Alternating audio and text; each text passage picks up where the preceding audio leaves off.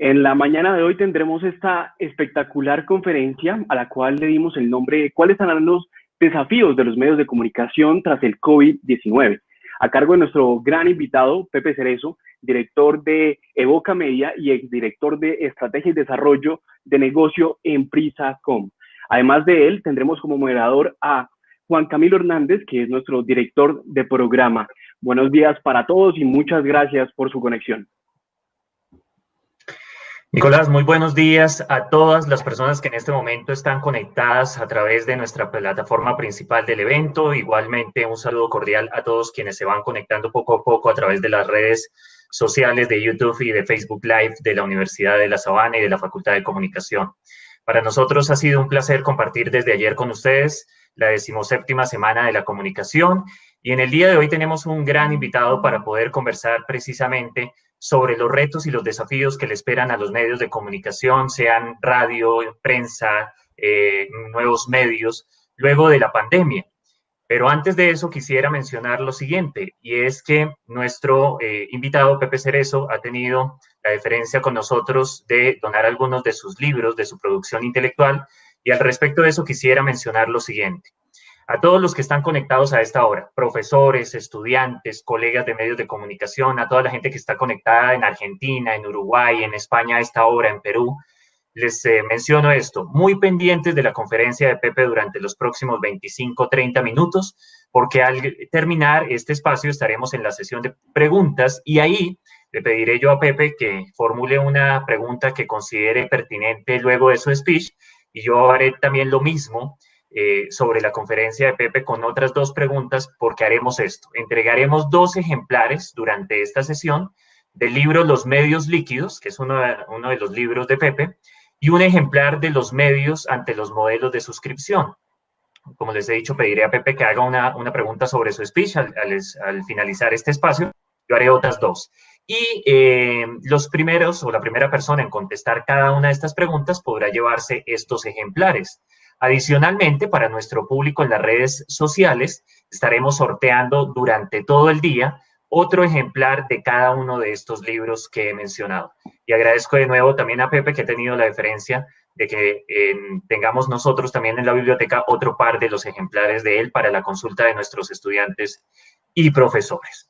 Dicho eso, entonces, bienvenidos a todos. Este es el espacio o el marco que nosotros denominamos en la Facultad de Comunicación Unisabana Ágora, un espacio para debatir las ideas más importantes sobre los avances de la comunicación y el periodismo de la mano de los líderes de la industria de este sector precisamente. En el día de hoy tenemos la fortuna de contar con Pepe Cerezo. Él es consultor experto en estrategia y transformación digital de medios de comunicación. Ha ocupado diferentes cargos de responsabilidad en compañías como Orange, Prisa o Roca Salvatella. Actualmente es el director de la consultora Evoca Media. Además, imparte la asignatura de Organización y Gestión de la Empresa Informativa en la Universidad Carlos III de Madrid. Es autor, como lo mencioné previamente, de los libros Los medios líquidos, la transformación de los modelos de negocio y Los medios ante los modelos de suscripción, todos publicados por la editorial UOC. Entregaremos entonces algún par de ejemplares de estos a lo largo de la sesión. Pepe, buenos días para nosotros, buenas tardes para ti, bienvenido a la Facultad de Comunicación de la Universidad de La Sabana. El espacio y el público son todos tuyos. Muy buenas tardes, días para vosotros y para todo el resto de los que estáis en Latinoamérica. Para mí es un placer poder participar en este Ágora, no es un nombre tan bonito en estos tiempos que corren, de la necesidad de compartir y difundir y debatir sobre todo sobre lo que nos está sucediendo a nivel mundial y en este caso con lo que está sucediendo en los negocios, y es un poco en los negocios en lo que se refiere a los medios de comunicación, que es un poco mi especialidad. Cuando hablaba con Juan Camilo, la idea era preparar unos retos, o sea, abordar cuáles son los retos principales de las industrias periodísticas en esta era post-COVID. Como bien decía Juan Camilo, yo soy consultor, con lo cual me dedico a ayudar precisamente a las empresas en este proceso de transformación y más ahora con el COVID. Y aparte intento hacer un trabajo de investigación para compartir ese conocimiento de lo que está pasando en los medios con los que trabajo y también en el análisis de otros mercados para que se pueda, ya digo, debatir, porque sí creo en el conocimiento. Tiene que ser abierto, ¿no? Y el conocimiento, esto que nos ha dado también Internet desde sus comienzos, que podamos compartir y debatir de forma conjunta en todas las latitudes del mundo. Por eso tenemos una línea dentro de nuestra agencia, de nuestra consultora, de papers que se pueden descargar y son gratuitos y que ayudan precisamente a este análisis de lo que está sucediendo. Y además, como bien decía Juan Camilo, pues tengo varios libros que tengo el placer de compartir con vosotros mínimamente para la biblioteca y ese mini concurso que creo que es una buena idea. Dicho eso, y entrando ya en materia para no alargar mucho y que dé tiempo, por supuesto, a la conversación y a las preguntas que me podáis hacer, nos encontramos en un nuevo escenario que se ha visto acelerado. A mí me gusta mucho el libro de Nassim Taleb, que es un economista de origen libanés, que analizaba ya hace casi una década cómo algunos procesos o algunos acontecimientos que no estaban previstos modificaban la realidad y modificaban el escenario en el que nos movíamos. Internet yo siempre lo he visto como esa tecnología disruptiva que cambia todo el ecosistema precedente y crea uno nuevo.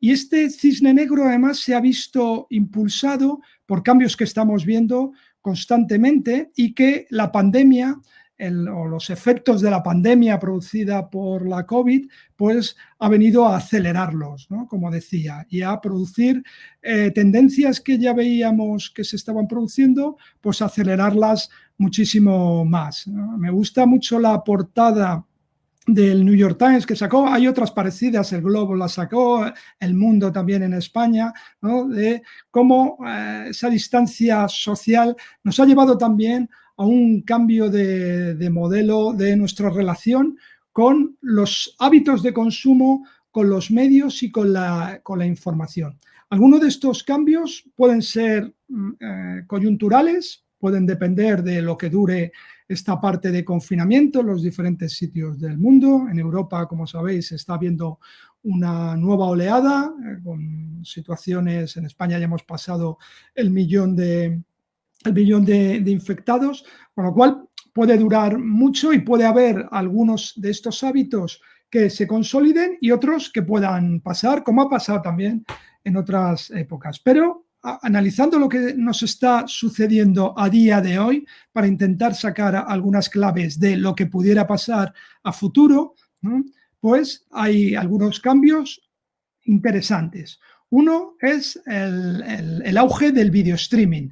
Utilizamos cada vez más contenido de vídeo. Ha pasado con el mundo de las series, esto ha beneficiado mucho a las denominadas OTT, ¿no? Over the Top, esas plataformas como Netflix, HBO, Hulu, Disney, etcétera, que emiten sus contenidos en streaming. Pero no solo en ellas, sino también incluso en medios de comunicación, todo lo que tiene que ver con el streaming ha sufrido un gran incremento. Desde el punto de vista de lo que nos ocupa, que son en la prensa escrita, el auge de las noticias, y yo creo que esto es una buena, valga la redundancia, una buena noticia, ¿no? El auge de que los usuarios vuelvan a referenciar a los medios de comunicación, a las cabeceras, ya sea tradicionales o puras nativas digitales, pero con referencia periodística como fuentes prioritarias de información. Algo que se había difuminado, sobre todo entre las audiencias más jóvenes, en favor de las plataformas digitales, en las que los usuarios accedían a la información en ese concepto de feed, ¿no? de flujo informativo, en el que daba igual cuál fuera la fuente original de la información. Era simplemente el enlace en el que pinchabas y el que la referencia del autor era casi irrelevante. Creo que eso ha cambiado y que el auge también de las fake news, de todo lo que tiene que ver con lo que denominamos como desinformación, ha llevado que una parte, y claro, cuando hablamos de tendencias es una parte, no es el 100%, y la desinformación y las fake news existen y hay todavía usuarios que no saben diferenciarlo y acceden a las redes tradicionales, a las plataformas digitales sin diferenciación de cuáles son las cabeceras, pero sí hay una parte importante de usuarios que quieren estar informados a través de las fuentes primigenias de lo que llamábamos el periodismo, ¿no? Y además el periodismo local, esa información de proximidad también ha ganado fuerza. Creo que eso de consolidarse es una tendencia dentro del magma de malas noticias en el que nos movemos, que es algo a tener en cuenta para los que nos dedicamos al mundo del periodismo y al auge a la consolidación de las empresas periodísticas.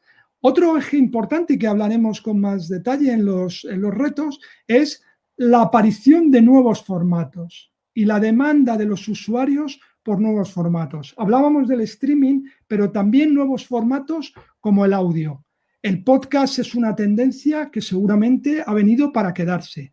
A mí me gusta más que el podcast hablar del audio, porque es una visión mucho más amplia que el formato concreto del podcast. Pero evidentemente el podcast es un formato que se está consolidando y que tiene muchísimas vías de desarrollo. Está todavía por desarrollar un modelo de negocio asociado, pero como capacidad para contar historias, el audio vinculado a las noticias hemos visto que es muy potente. Veremos otros como es los boletines de noticias o otros formatos vinculados a las gráficas, a todo lo que tiene que ver con la infografía, a contar historias a través de los datos, que también tiene auge. Y otro dato interesante, perdón por la errata, es que, y esto se consolida en todos los países del mundo también y con todos los medios que yo estoy trabajando, es la mejora de las métricas cualitativas, es decir, las métricas vinculadas al engagement,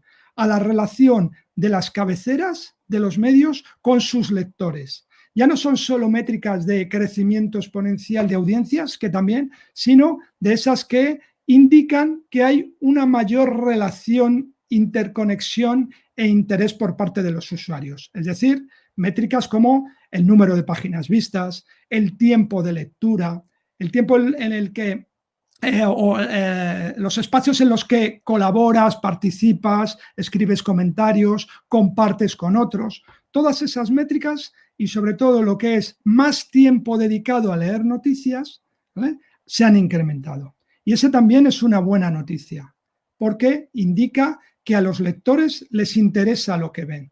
Ya no se trata solo de algo tan pernicioso como hemos vivido durante mucho tiempo, que era eso que se denomina el clickbait, ¿no? Hacer titulares un tanto engañosos para que el usuario clique, cuenta como una impresión publicitaria, pero el usuario rebota y se va a otro sitio porque no le interesaba.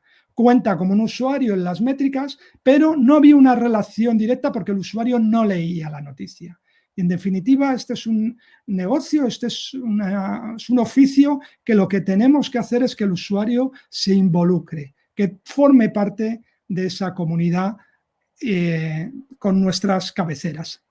Y el COVID produjo, sobre todo en sus primeros estadios, y lo estamos viendo también en lo que va del año, una paradoja. Teníamos mejores métricas, los usuarios iban y estaban más tiempo que nunca con nuestras cabeceras, ¿no?, revertiendo esa tendencia de que eran las redes sociales la primera fuente de información, en la que los usuarios confiaban teóricamente para pasar esa confianza a las cabeceras, pero la publicidad, por diferentes factores, no iba acompañada. El principal factor es que muchos anunciantes, lógicamente con el confinamiento, en los primeros 2 meses, dejaron de anunciarse, directamente pararon.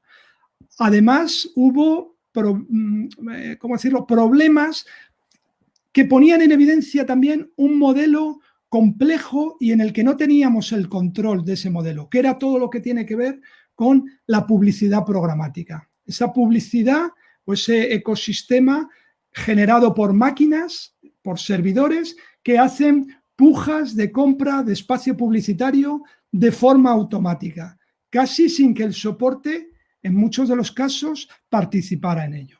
Y ello llevó a que algunos anunciantes, algunas agencias, en ese mecanismo que se parece mucho a la compraventa de acciones, por ejemplo, del mercado de valores, pues algunos agentes interrumpieran todas las palabras, toda la publicidad que pudiera ir, que estuviera asociada a un inventario en el que la noticia estuviera hablando de COVID. Entonces se producía esta paradoja. Teníamos más información que nunca, más lectores que nunca, pero los anuncios no aparecían. Y eso ha producido una caída que todavía no se ha recuperado. Y veremos seguramente en lo que termine del año. Estos son datos globales y también para el mercado español, de caídas que pueden ser en algunos casos superiores al 10%, incluso mucho más altas. Por lo cual veremos cómo evoluciona el mercado del año que viene, pero es evidente que este año se cerrará con una caída que puede estar en torno al 16-20%. Ya digo, dependerá de cada mercado y cómo evolucione lo que quede de pandemia de aquí a que acabe el año, pero es evidente que hemos tenido más éxito que nunca en generar audiencias, en generar comunidad, pero al mismo tiempo no han ido acompañados los ingresos publicitarios, que mayoritariamente en casi todos los medios era la fuente principal de ingresos que tenían en esos modelos diversificados, pero era la fuente principal. Como os decía, la crisis programática, ¿no?, de la publicidad programática nos pone sobre aviso de un modelo que ya veíamos que era un tanto pernicioso, porque no teníamos los soportes, los medios no tenían, y luego veremos la importancia de los datos en este ecosistema y cómo eso también puede cambiar, pero que evidenciaba algo que ya veíamos desde hace tiempo, que el modelo publicitario en el que también las plataformas tenían una posición de dominio era un modelo que no se podía sostener a lo largo del tiempo. Y como os digo, la llegada del COVID, ¿no?, y los efectos de la pandemia, evidentemente, lo que se producen es en que se convierten en un acelerador, en el gran agente de la transformación digital. El principal agente es el cambio que produce la necesidad de adaptarte a este nuevo ecosistema, que, como os digo, ya veíamos algunos síntomas previos al COVID, pero que el COVID ha sido un acelerador. Y ahí os planteo de forma rápida 5 retos. Para una charla que di en la SIP hace un mes, me salían hasta 15 retos. He intentado reducirlo. Algunos se combinan, algunos son más, a lo mejor, de un mercado más que puede afectar a algunos negocios y a otros no, pero sí he querido hacer 5 ejes fundamentales del impacto del COVID y que son los principales retos a los que se enfrenta el sector de la prensa en su conjunto. Uno es el modelo de negocio y una evolución hacia el reader revenue, ¿vale? Como hemos visto que la publicidad se presentaba como un modelo, no voy a decir fallido, porque es un modelo que todavía es sostenible y que hay que apostar por él. No va a desaparecer la publicidad, evidentemente, y va a ser una fuente fundamental, pero veíamos que los usuarios, en esa necesidad de pasar más tiempo, de tener fuentes de referencia, estaban dispuestos a pagar por los contenidos de calidad, ¿vale?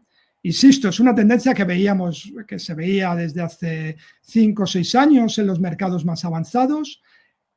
Otro cisne negro fue en su época el Brexit, la llegada de Trump a la Casa Blanca, que produjo un incremento de los pagos de suscripciones. Fueron también un acelerador, como ha sido el COVID, precisamente para luchar contra la emergencia de la desinformación y las fake news, y precisamente los mercados anglosajones, Reino Unido y Estados Unidos, y también Canadá, pues el incremento de esas suscripciones, de las apuestas porque los lectores pagaran por el contenido y que el modelo de negocio no fuera solo basado en la publicidad, pues ya estaba latente.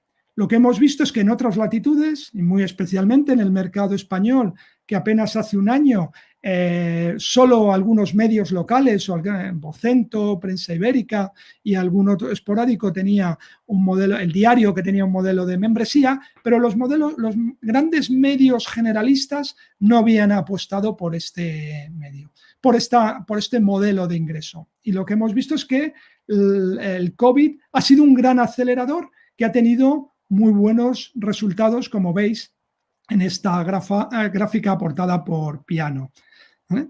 Pero nos encontramos ahora a un reto. El reto ha sido convertir a suscriptores, pasar de unos ecosistemas basados en grandes audiencias indiscriminadas a organizaciones orientadas a la segmentación que ofertan contenidos de gran calidad que pueden pagar los usuarios, ¿no? Ese es el gran cambio. Y habrá que intentar que se mantenga en el tiempo.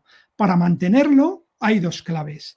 Convertir, es decir, hacer que esas audiencias indiscriminadas se conviertan en lectores y en lectores de pago, y algo incluso más importante, que es retenerlos, ¿vale? No vale solo con hacer promociones muy agresivas de suscríbete a mi medio de prueba y un euro o un dólar al primer mes, si luego no hay una estrategia y una calidad de producto y servicio lo suficiente para mantener y que el usuario se permanezca en el tiempo.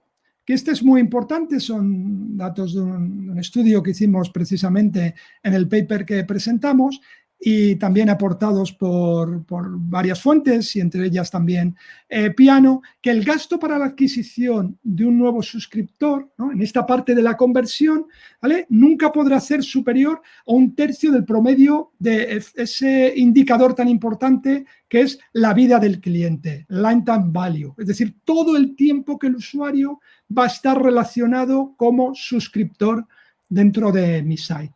Es un dato, es un valor promedio, pero nos alimenta la visión de que tan importante como la conversión y cómo convertimos es qué capacidad tenemos de retenerle a lo largo del tiempo. Y sabemos que los 3 primeros meses en ese proceso de retención es fundamental, porque a partir de los 3 meses, si no somos capaces de ofrecer un gran producto y servicio, la retención disminuye. Ese otro indicador que utilizamos mucho, que es el churn, ¿no?, el abandono, el ratio de abandono. Y por eso yo hago mucho hincapié en la necesidad de establecer estrategias de lo que hemos llamado el onboarding, ¿vale?, en la capacidad en los 3 primeros meses de nuestra relación con el lector que ya es suscriptor, ser capaz de crear hábitos de consumo, ¿vale?, que se habitúe, que nos visite diariamente, que le demos valor constante, porque si no es un poco como aquí pasa mucho cuando a principio de año te suscribes a un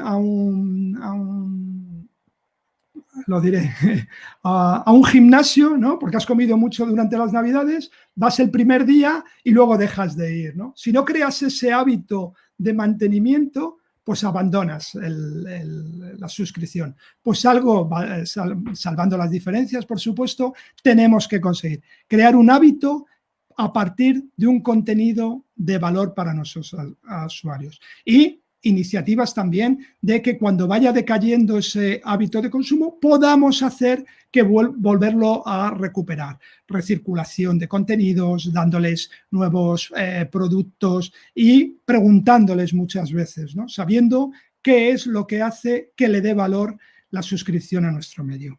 Y aquí os dejo algunos ejemplos. Creo que el Wall Street Journal es uno de los ejemplos más interesantes de ese proceso, ¿vale?, que es muy importante. Las cosas suceden o tenemos que establecer procesos para que funcionen. No pasan por ley natural, no pasan por casualidad. Y aquellos que hacen procedimientos y que los analizan y los miden tienen más capacidad de que salgan bien. Y el Wall Street Journal en este sentido es muy importante. Yendo un poquito y avanzando para que nos dé tiempo a las preguntas, como os decía, el segundo aspecto fundamental y al reto que se enfrentan, sobre todo las organizaciones que tenían lo que llamamos legacy, ¿no? Esas organizaciones que provienen del papel y que han evolucionado para tener presencia digital, es esa necesidad de tener el foco en el digital first, ¿no?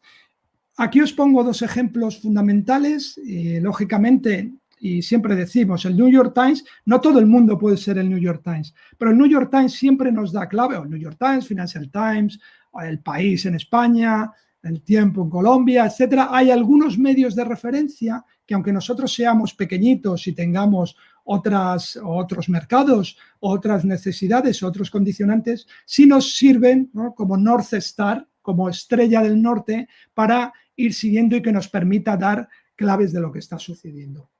Creo que este decálogo, bueno, son 13, pero podríamos definirlo como decálogo de los puntos fundamentales para el New York Times son fundamentales. Creo que es el ABC más importante de lo que podríamos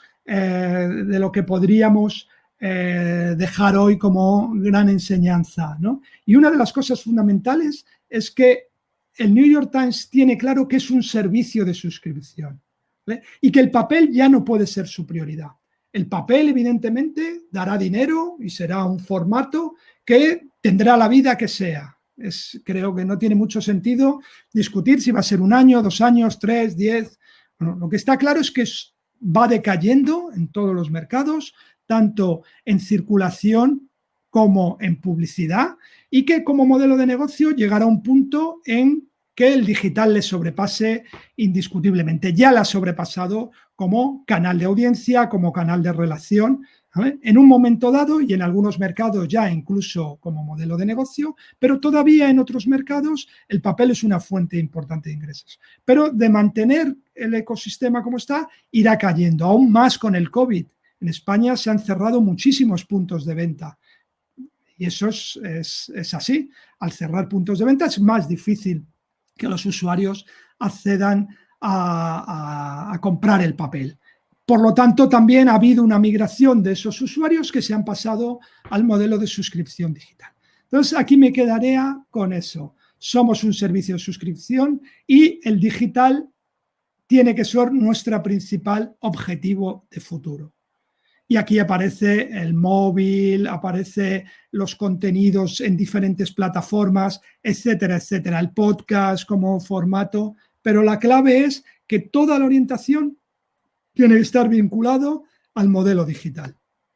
Y, como os decía, hay otros mercados que les pasa parecido y no son tan relevantes como el New York Times, siéndolo en su mercado. Le Parisien creo que muestra también esa tendencia que lo estamos viendo también en España y en el resto de mercados y también en el latinoamericano. Y lo mismo, cada vez que sus responsables establecen cuáles son las líneas fundamentales de su estrategia, la apuesta decidida por lo digital. Si había dudas durante años anteriores, creo que el COVID ha puesto el foco en que la digitalización ya no es que sea el futuro, es que es el presente. Y eso conlleva, como veremos más adelante, reducciones de costes de la edición impresa, menos inversión en esa parte para dirigirla a la parte digital, ¿vale? Y un apéndice que es la información local como eje también muy importante de enganche y de relación con nuestros usuarios. Hemos dicho el cambio de modelo del negocio hacia el revenue, hemos dicho que el digital first, y aquí esta es un poco más tecnológica, pero creo que es también una tendencia que se va a producir y que tiene que ver cómo las plataformas tecnológicas han tenido una mejor gestión de la publicidad, porque tenían claro que lo importante era el dato, lo que se llama el dato de primera parte, ¿no? El dato real que tenemos de registro de nuestros usuarios. Y eso, como sabéis o como estaréis informados de la información, de las noticias que aparecen, ya hay algunos navegadores que no permiten las cookies de tercera parte, con lo cual, y como decía anteriormente, el modelo publicitario se va a ver muy modificado porque está toda la programática consolidada o basada en esos cookies de tercera parte, ¿vale? Entonces, para no entrar en temas tecnológicos, porque es un tema bastante complejo, lo que produce este cambio, y Chrome, Google ya ha anunciado que también el año que viene será de los que eliminen o no permitirán las cookies de tercera parte, con lo cual va a ser muy rápido. Los medios tienen que establecer estrategias para que su publicidad no dependa de las cookies de terceros. Y esto aparece como una posibilidad para los medios, curiosamente, porque aquellos que sean capaces de obtener más datos de primera parte, es decir, datos de registro que sus usuarios les den, es decir, que el usuario esté logado cuanto más tiempo posible, ¿de acuerdo? Y no dependamos tanto de las cookies, y evidentemente las cookies también tienen vida, no van a desaparecer de un día para otro, pero el mercado publicitario va a verse modificado. Con lo cual, aquellas empresas periodísticas que sean capaces de establecer estrategias de captación de datos de primera parte y de explotación de ellos desde el punto de vista publicitario, van a ser beneficiarias. Y ahí estamos viendo que muchas de las grandes empresas, realmente es evidente que aquellas que tienen más capacidad para la innovación y para la inversión tecnológica, están desarrollando sus propias plataformas para explotación de datos, ¿vale? Y cambiando un modelo de publicidad no tanto vinculado a la cookie, sino vinculada al contexto informativo.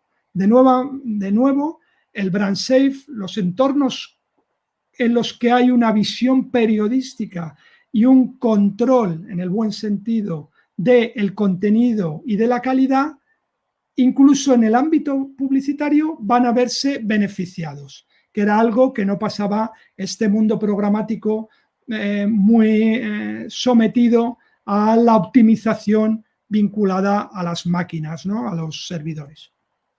Y un cuarto punto, y vamos avanzando rápidamente, que es la necesidad también de llegar a nuevas audiencias, ¿vale? Siempre hablamos de los millennials, pero no solo. Es decir, es crecer nuestro ámbito de influencia gracias a nuevos contenidos y nuevos formatos. Y aquí siempre hago referencia a los medios líquidos, como los nombres son importantes. En plena pandemia, y este es un debate complejo porque la BBC se somete también como radiotelevisión pública de Reino Unido a cómo va a ser su modelo de sostenibilidad a futuro, pero ellos decían en plena pandemia que iban a cambiar incluso el nombre de a lo que se referían con televisión y radio, porque los usuarios demandaban otro tipo de relación, otro tipo de canales, ¿no? Entonces, por eso la BBC iba a hablar ya de audio streaming o radio streaming, ¿de acuerdo? Es un cambio sutil, pero que sí muestra un cambio de tendencia en la que hay que buscar y hay la necesidad de abstraernos puramente del canal en el que emitimos e ir a conceptos mucho más vinculados a la marca y al producto y servicio que ofrecemos a nuestros lectores, ¿vale? Es un cambio, insisto, un poco sutil, pero que nos lleva a la necesidad de buscar nuevas audiencias y nuevas audiencias a través también de nuevos formatos. Y aquí vemos una tendencia que es interesante. Llevamos años hablando del auge de los boletines de noticias y de los newsletters, ¿vale? Pero el newsletter, lo bueno que se ha convertido, es la tendencia que vemos ahora, es la no dependencia de una estructura compleja para emitir contenidos. Y me explico. Ahora, un medio que necesitaba un periódico, necesitaba un CMS, necesitaba una gran capacidad de distribución. Ahora, los newsletters y algunas plataformas que han aparecido permiten que periodistas o grupos de periodistas utilicen estos newsletters para editar y crear información de forma muy sencilla, en la que la tecnología no es tan importante como la capacidad que tengamos de distribuir y llegar a lo que hablo del one-to-one, ¿no? El periodista que se dirige a una audiencia independientemente de que tenga un site complejo, que se posicione móvil, simplemente con un boletín de noticias. Y están surgiendo modelos que en Estados Unidos como The Skin o periodistas recientemente, el editor de Vice, de Business Insider, que han salido de esas estructuras periodísticas más tradicionales para abrir vías de comunicación, creando información, ya sea por agregación o creando su información propio a través de plataformas como Subtrack, y que permite esa relación directa con esas nuevas audiencias. Entonces, las dos tendencias: cambio en los modelos de distribución para llegar a nuevas audiencias, cambio de los contenidos y de los formatos, y también la posibilidad de periodistas que creen comunidades sin necesidad de grandes estructuras periodísticas. Y por último, ¿todo esto en qué afecta al periodismo y a las organizaciones? Pues cambios fundamentales y muy importantes. Estos son datos del Reino Unido que me interesa visualizar cómo ha ido evolucionando la dependencia, y que nos sirve de resumen de todo lo que hemos visto hasta ahora, del cambio de la dependencia de la publicidad digital o de la publicidad gráfica. En el 2017 el promedio en los medios británicos representaba el 58% de todos los ingresos, ¿vale? En el 2020 ya cae hasta el 42%. Y lo que es más importante, las suscripciones, que en 2010 representaban el 7% del split de resultados, ¿vale?, ahora representa ya el 22%. Eso que nos lleva a que estamos evolucionando, como decíamos, de modelos de organizaciones orientadas a grandes audiencias para explotarlas a través de la publicidad, a una relación más directa con nuestros lectores que hace que ellos paguen por las noticias a través de las suscripciones. Y eso nos va a llevar, y el COVID lo ha acelerado también, a repensar las estructuras organizativas. Casi todos, y ha habido muchísimos despidos, incluso en grandes empresas que les iba bien, como The Atlantic, ¿vale?, porque sus áreas comerciales estaban pensadas precisamente para ese modelo en el que la publicidad era el principal fuente de ingresos. Si vamos hacia modelos de suscripción, necesitamos otro tipo de organizaciones. Y lo mismo sucede en la necesidad, si hemos cambiado los formatos y los modelos de distribución, necesitamos incorporar nuevos perfiles en nuestras organizaciones. Estos son dos anuncios reales de la semana pasada, como Quartz Media, un medio muy interesante que precisamente era de Atlantic y luego fue vendido a una empresa japonesa que precisamente ahora también lo quiere vender, ¿vale? Ha sacado un puesto de subdirector de editor de emails, ¿no? Precisamente esa persona encargada de la agregación o de la formación de contenidos para los newsletters, para los boletines. Y también relevante, como el New York Times ha sacado un editor especializado en contar historias a través de nuevos canales como es Instagram, ¿vale? Están incorporando también, por ejemplo, para editar vídeo en TikTok, en otras fuentes. Además, estamos incorporando nuevos perfiles, expertos en Big Data, expertos también en crear noticias o contar las noticias a partir de datos, pero contarlas en infografías. Aquí ha funcionado muy bien y creo que ha sido imitado, copiado o inspirador de otros, el boletín de noticias de Kiko Llaneras, ¿vale?, un periodista del País, que ha creado un boletín solo para analizar los datos de cómo iba evolucionando la pandemia y de contar con datos y contar a partir de los datos historias de interés sobre la evolución del COVID.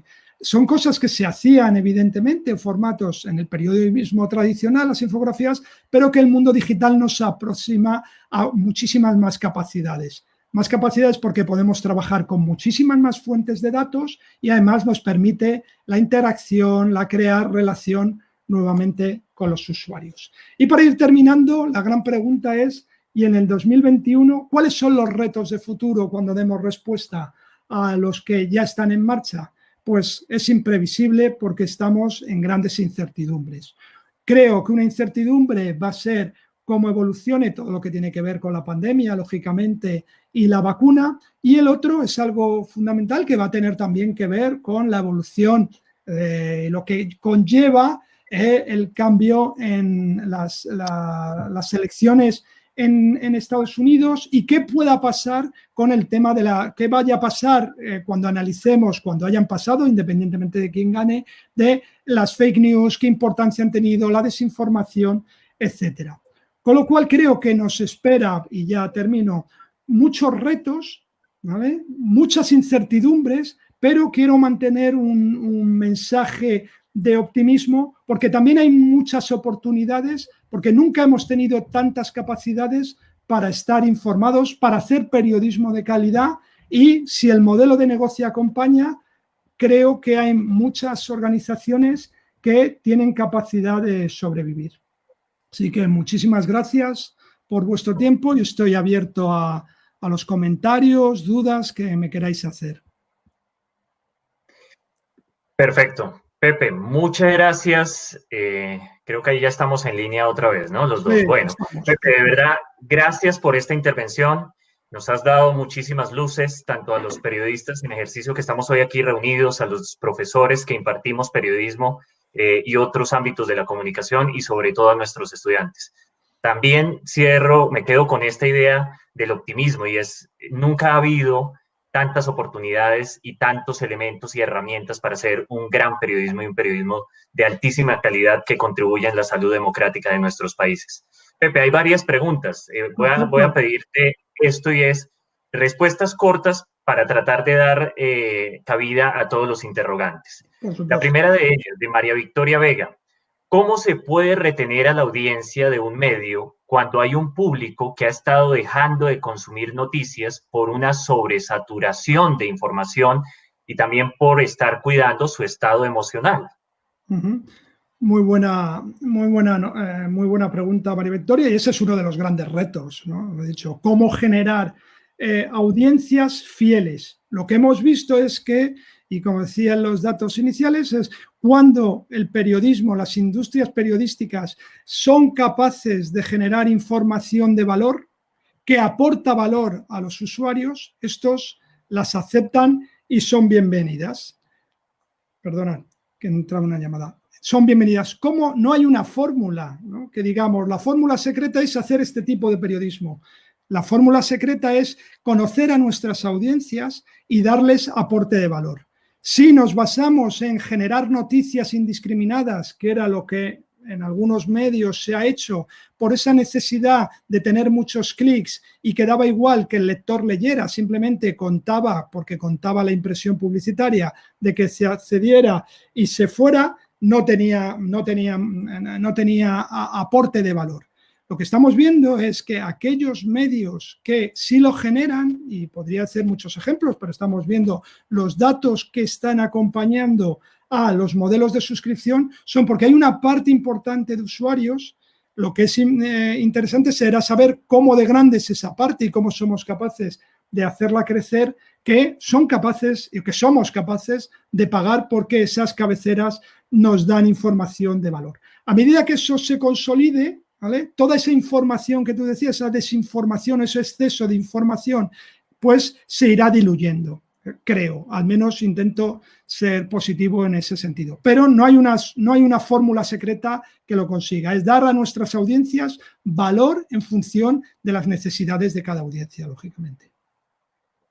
Seguimos avanzando en este Unisabana Ágora de la Facultad de Comunicación con la presencia de Pepe Cerezo, que nos atiende muy amablemente desde España a esta hora. ¿Cuál crees, dice Esteban Escobar, cuál crees, Pepe, que ha sido la mayor lección de los medios de comunicación que han tenido que aprender durante la crisis sanitaria? Yo creo que ha habido una interesante, que es la capacidad de adaptación, ¿no? Hemos visto cómo, y eso parecía impensable hace un año, ¿no?, que el gran porcentaje, casi diría el 100%, pero bueno, vamos a decir el 99,9% de los medios, en cuestión de días o incluso de horas, fueron capaces de seguir emitiendo, de seguir haciendo información, incluso sin ir a las redacciones. O sea, las redacciones se pararon, ¿no? Entonces, hacer un periódico digital desde casa de redacciones distribuidas es complicado, pero al mismo tiempo es que supieron y han sabido seguir haciendo información y siguiendo sacando, o sea, y manteniendo las ediciones en papel. Creo que eso como industria es un reto que si se lo hubieran tenido que plantear de forma planificada, hubiera sido imposible, ¿no? Si hubiéramos, cualquier periódico del mundo hubiera dicho, bueno, vamos a empezar a hacerlo, el periódico con toda la redacción, no solo la redacción, equipos técnicos, equipos de mantenimiento, etcétera, etcétera, cualquier servicio desde sus casas, ¿no? Ese proyecto hubiera sido de años, de planes de contingencia, análisis, consultores, y esto, la necesidad del COVID hizo que rápidamente la organización se pusiera. Creo que eso es un cambio cultural digital sin precedentes, ¿no? Veremos cómo se consolida, pero creo que ese es el gran aprendizaje, ¿no? Se ha inculcado en gran parte de las organizaciones la necesidad de adaptarse al cambio, y ese es uno de los cambios culturales digitales más importantes. La pregunta la formula ahora Juan García. Dice, ¿cómo los medios protegen la información que presentan ante la manipulación en las redes sociales y que muchas de ellas, de estas informaciones en redes, generan contenidos falsos? Vale, ese es otro de los retos. No he hablado, lo tenía cuando lo de la SIP, el tema de las fake news. Hoy quería destinarlo más al mundo del negocio y de la transformación de la organización. El tema de las fake news y de la desinformación es un problema social, ¿no? Es un problema de sociedad del siglo XXI que nos afecta a todos. Afecta a políticos, afecta y mucho a las plataformas tecnológicas, que son el gran driver de en dónde se produce esa desinformación, afecta a los periódicos, a los periodistas que tienen que extremar su capacidad de crear contenidos y ser extremadamente rigurosos en las fuentes y en no ser manipulados, y también, y no menos importante, la de los propios usuarios, en saber y no dejarnos manipular, porque está, y hay muchos estudios de ello, que hay una parte también de nosotros mismos que nos interesa más creer lo que refuerza nuestra idea política, ideológica, la que sea, que lo refuerza sin comprobar si es verdad, si no, de dónde nos llega. Entonces yo siempre lo digo, cada vez que cualquiera de nosotros hacemos un retweet o lanzamos una noticia en WhatsApp de un enlace que nos ha llegado, pero porque nos hace gracia o porque refuerza una idea que te viene bien a tu ideología, la que sea, ¿vale? Y lo mandamos sin comprobar que es verdad o un mínimo de criterio de dónde viene esa fuente, estamos contribuyendo también a la desinformación. Entonces, los periodistas tienen un papel fundamental, ¿vale? Los políticos también, fundamental, no solo en las legislaciones que puedan hacer para evitar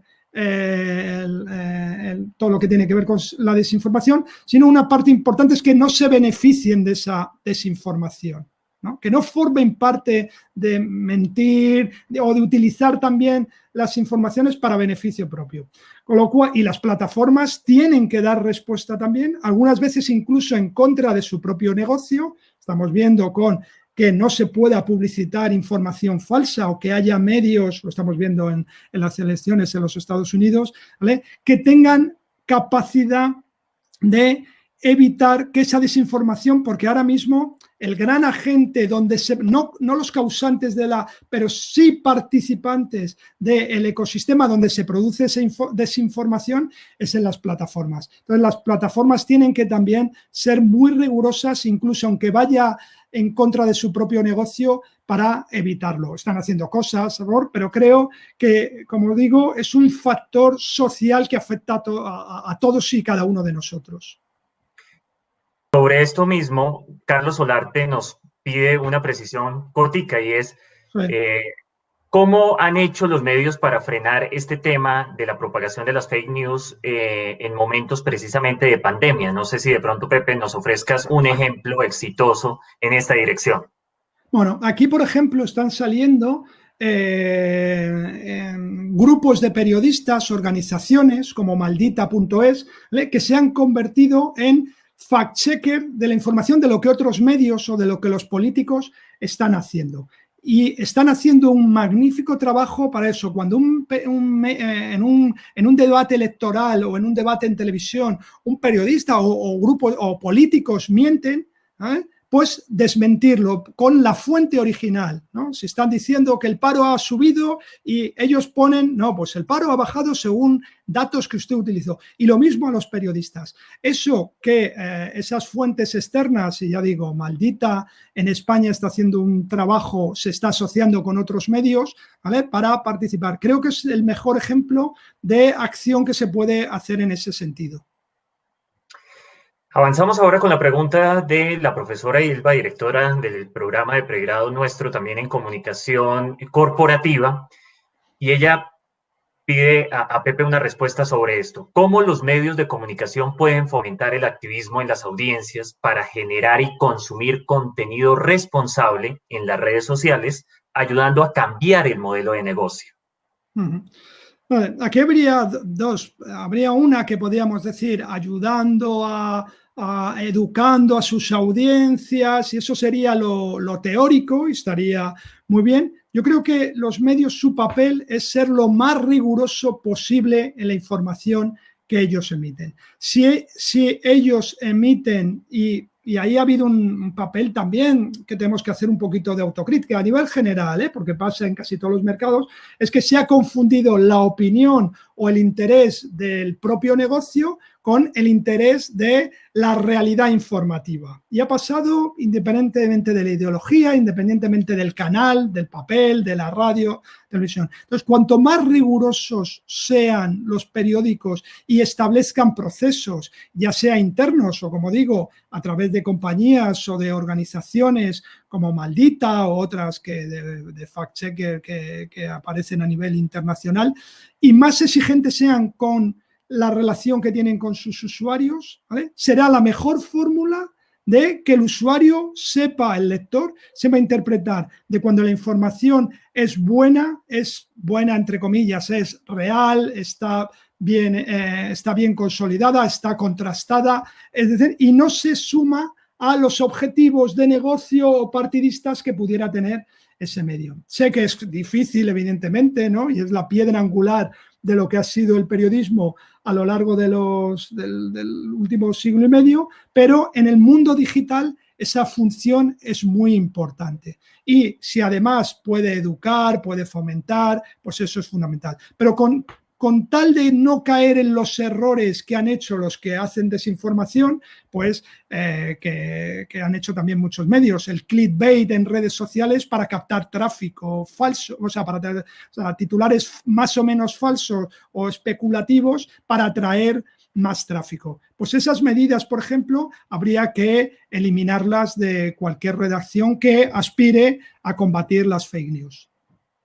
El director de Boca Media está en este momento atendiendo a nuestras inquietudes en este Unisabana Ágora. Ahora viene la pregunta de Charif y es, ¿se puede hablar de la muerte de los medios tradicionales y más bien hacer un tránsito hacia un noticiero multiplataforma, personalizado y postpublicitario digital?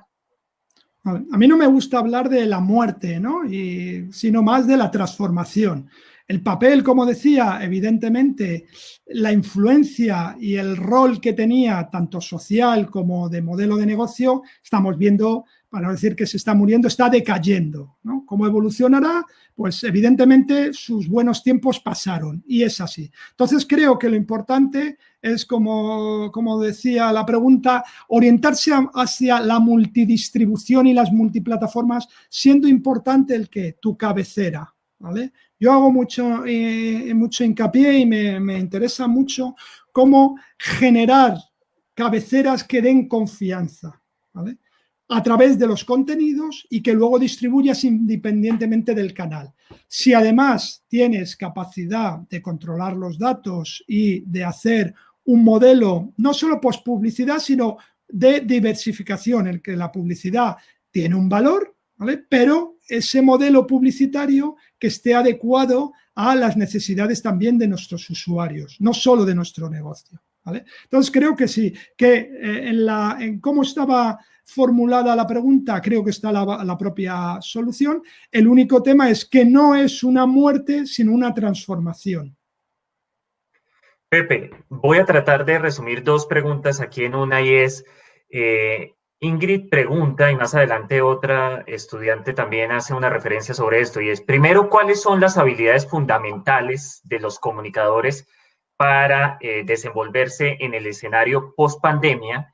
Y si eventualmente hay todavía garantía para nosotros los periodistas de seguir trabajando en los medios tradicionales o más bien tener la posibilidad de emplearnos a futuro como freelance o como periodistas independientes. Vale. Vale, entiendo que cuando me preguntáis comunicadores se refiere a periodistas, ¿no? No solo comunicador el que da en la cámara, sino cualquier modelo de periodista, ¿no? Entiendo que que el concepto se refiere a eso, ¿no, Juan Camilo? Sí, en efecto, así es, Vale. así es. Vale. Bueno, son muchas las funciones y es una combinación compleja, porque por una parte los periodistas se va a requerir los valores generalistas de un periodista, es decir, que sepa escribir muy bien, que sepa comunicar, que sepa contar, etcétera, ¿no? Que sea riguroso en las fuentes, o sea, un valor más generalista, más transversal, y al mismo tiempo también hay una demanda de especialización, ¿vale?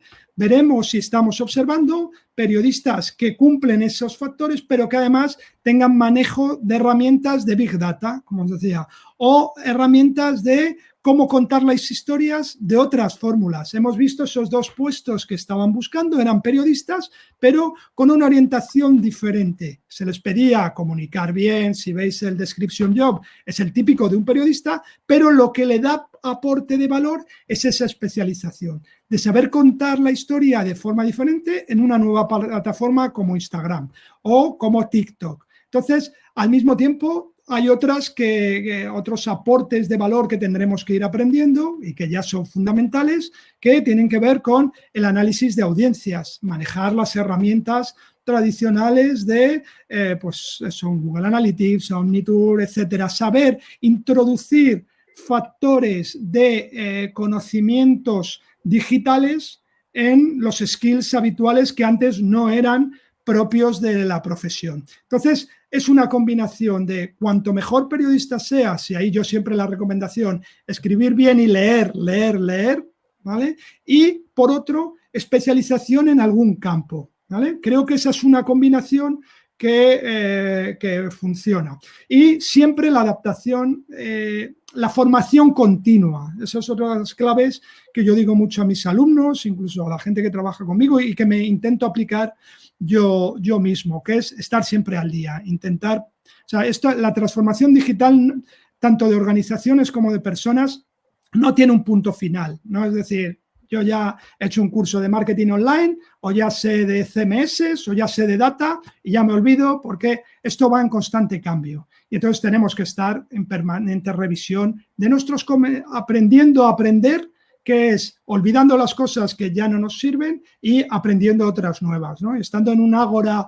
universitaria, pues creo que es un buen mensaje. Y por otra parte, la otra pregunta es, creo que hay muchos espacios. Las organizaciones periodísticas de calado van a existir y son entornos muy enriquecedores porque se trabaja con mucho conocimiento y muy transversal y muy versátil y muy variado, y también creo que va a haber posibilidades de freelance, que puedas trabajar para distintos sitios o incluso, como decíamos antes, de capacidades de crear tu propio medio, ¿vale? Sabiendo las dificultades, no cualquiera puede crear un newsletter y que al día siguiente tenga un modelo viable, evidentemente. Entonces, tendremos que ir modulando. Yo mi recomendación siempre es que en los inicios se trabaje en organizaciones lo más grandes posibles, o bueno, grandes, en organizaciones en las que haya trabajo en equipo, porque se aprende mucho, se aprende el oficio, y a medida que se vaya desarrollando uno, pues pueda y tenga ya una marca consolidada, tenga un nombre consolidado, pues pueda crear a lo mejor ese modelo de freelance o incluso de su medio propio. Y esa sería un poco la recomendación que se puede hacer. Pepe, ha sido muy generoso en sus respuestas, pero sobre todo en sus recomendaciones. Voy a solamente permitirme leer dos aportes que también son válidos en estos espacios. Laura Agudelo dice, creo que los medios de comunicación están dejando de ser creativos a la hora de generar contenido. Deja ver que estamos perdiendo algo fundamental a la hora de contar historias, y es transmitir información y divulgarla. Laura, gracias. También veo que María Victoria dice, durante el debate presidencial de Estados Unidos, NBC hizo una excelente labor en el fact-checking a medida que iban haciendo declaraciones los candidatos. Ofrezco disculpas porque tenemos tantas preguntas aquí en el chat que no vamos a poderlas atender por también respeto a la siguiente conferencia que viene a continuación y por el tiempo de Pepe, pero cerraría con este ejercicio que habíamos prometido y era la entrega de tus textos. Entonces, Pepe, te voy a pedir que pienses en una pregunta sobre tu speech que podamos hacer para que la gente conteste, y la primera persona en responder aquí a través del chat, pues sería quien se lleve ese ejemplar. Yo voy a hacer la primera pregunta, ya la tengo aquí lista, de hecho la voy a compartir por el chat en este momento. Denme un segundo para que veamos quién se lleva ese primer libro, que en este caso yo creo que es uno de los ejemplos de medios líquidos y todos están. Entonces, aquí está la primera pregunta. Vamos a ver quién la responde. Pepe señaló que tras la pandemia los usuarios demandan nuevos formatos respecto a los contenidos. ¿Cuál fue el primero que él mencionó? ¿Cuál fue el primero de los formatos que él mencionó y del que dijo está, abro comillas, en consolidación para contar noticias e historias? Y ahí veo, Gabriela Amaya dice medios líquidos, Mónica dice streamings y Mariana Galán dice audio y podcast. Ahí hay tres respuestas. ¿Cuál es la correcta, Pepe? Yo creo que la correcta va por el lado de Mariana Galán, ¿no? El nuevo formato. ¿Cuál es la de Mariana? Audio y podcast. Audio y podcast, sí. Audio y podcast, perfecto, Mariana. Entonces, eres la feliz ganadora del primer ejemplar de medios líquidos. Un segundo ejemplar de medios líquidos, entonces, que te pediría a ti, Pepe, que formules la pregunta correspondiente, por favor. Perfecto, pues yo creo que como resumen, ¿cuál consideran que es el modelo de negocio que se va a establecer, que se va a consolidar como futuro para los medios tras la pandemia? Perfecto. ¿Cuál será el modelo que se consolidará, modelo de negocio tras la pandemia para los medios de comunicación? Veamos cuál es la primera respuesta en esa dirección. Estamos aquí esperando en el chat. Pero es que no las veo, Juan Camilo, las veis vosotros las respuestas. Por ya, eso no perfecto. Dice Gerson Fabián, frente a la pregunta, los videos streaming, las noticias en el especial local, los nuevos formatos de audio y métricas. María José Alarcón dice suscripciones. Juan Daniel Rodríguez dice modelo de suscripción. Laura Godelo también concuerda en suscripciones. ¿Cuál es la respuesta, Pepe? Serían reader revenues, que en definitiva son las suscripciones, evidentemente.